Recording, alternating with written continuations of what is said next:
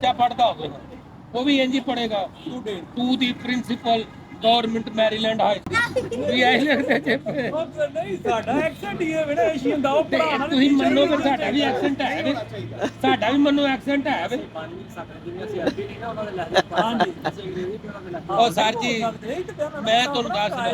ਅਸੀਂ ਪਸ਼ਤੂ ਬੋਲਦੇ ਤੁਸੀਂ ਸ਼ੁਕਰ ਕਰੋ ਤੁਹਾਨੂੰ ਉਹ ਕਹਿਣ ਨਹੀਂ ਲੱਗ ਪਏ ਫਾਇਦਾ ਉਹਨੂੰ ਸੁਣਨਾ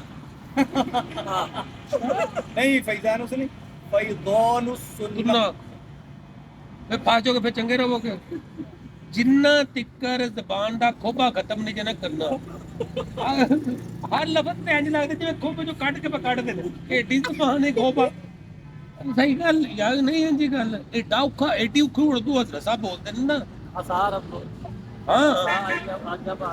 ਉੱਥੇ ਫਸ ਗਏ ਸਨ ਅਸਾਈਆ ਬਾਸਾ ਕਰਬ ਦਾ ਮਕਾਮ ਮਮੂਦਾ ਪੜਨਾ ਅਸਾਈਆ ਬਾਸਾ ਦਾ ਨਹੀਂ ਪੜਨਾ ਅਸਾਈਆ ਬਾਸਾ ਕਰਬ ਦਾ ਮਕਾਮ ਮਮੂਦਾ ਤੇ ਫਸ ਗਏ ਸਨ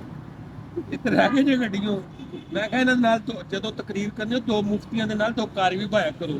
ਅਗਰ ਤੁਸੀਂ ਪੜ੍ਹ ਦਿਓ ਤੇ ਇਸ ਨਾਲ ਤੇ ਉਹ ਮੰਨੋ ਸਲਵਾ ਤੇ ਉਹ ਫਸ ਗਏ ਸਨ ਨਾ ਜਿਹੜੀ ਹਜ਼ਰਤ ਈਸਾ ਦੀ ਕੌਮ ਤੋਂ ਉਤਰਿਆ ਸੀ ਮੰਨੋ ਸਲਵਾ ਤੋਂ ਉਤਰਿਆ ਮੂਸਾ ਦੀ ਕੌਮ ਤੋਂ ਤੇ ਹਜ਼ਰਤ ਈਸਾ ਦੀ ਕੌਮ ਤੋਂ ਕੁਛ ਉਤਰੀ ਸੀ ਮਾਇਦਾ ਉਤਰਿਆ ਸੀ ਹਾਂ ਤੇ ਉਹ ਕਰਕੇ ਸਨ ਮਾਇਦਾ